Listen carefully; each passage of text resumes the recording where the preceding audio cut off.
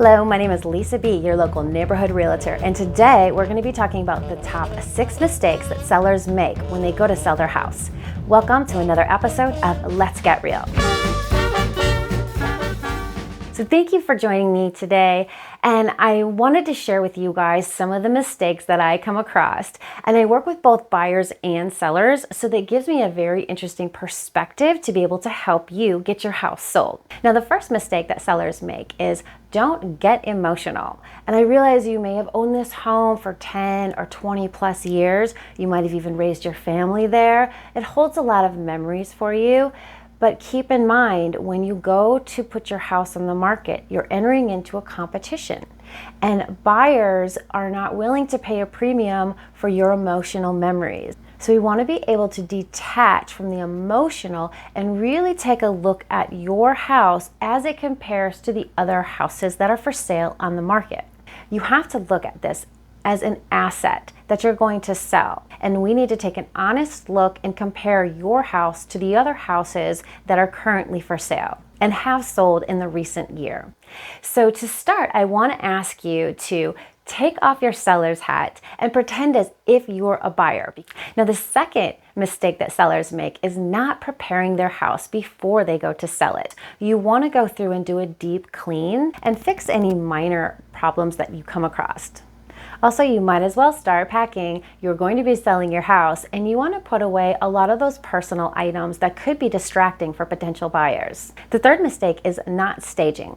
There is so much value to staging your house, and looking at the statistics, you can sell your house quickly and for more money if you stage it as opposed to not staging it. Now, the fourth mistake sellers make is an unrealistic price. When you go to sell your house, you're entering into a competition, and we need to take a close look at what are the other homes in your neighborhood selling for, and how does your house compare to those. And we want to make sure that we set a realistic price that will set you up to get your house sold and have buyers choose your house over the competition. And unfortunately, there's a lot of misinformation out there on sites that give you a Zestimate or what have you. And it's really important that you talk to a licensed realtor and sit down and look at the actual numbers, because what things like Zillow do not take into account is what kind of upgrades you have in your house. And oftentimes their estimates are highly inaccurate and can change on a daily basis. So talking with a licensed realtor and setting a realistic price will help you when you sell your house and get buyers to write an offer on your house as opposed to the competition. The fifth mistake is not fixing minor issues and disclosing any major problems that you have with your house. Now, a lot of these are unknown, so it's advisable that as a seller you can get what's called a seller's inspection. Now, this is a shortened version of what the buyers are going to be doing, but keep in mind, buyers are savvy and they will be inspecting your house. So they're going to uncover any potential problems that your house has. Now, if you do a pre-inspection, you can actually uncover any of these issues and get them fixed before you go to put your house on the market. So the first impression is the best impression. As a buyer, when they walk through and they see a lot of minor problems, they're kind of doing a checklist in their head. And even if it's something that might cost you $100 to fix, in their mind, it's 10 times that in the value when they're going to write their offer.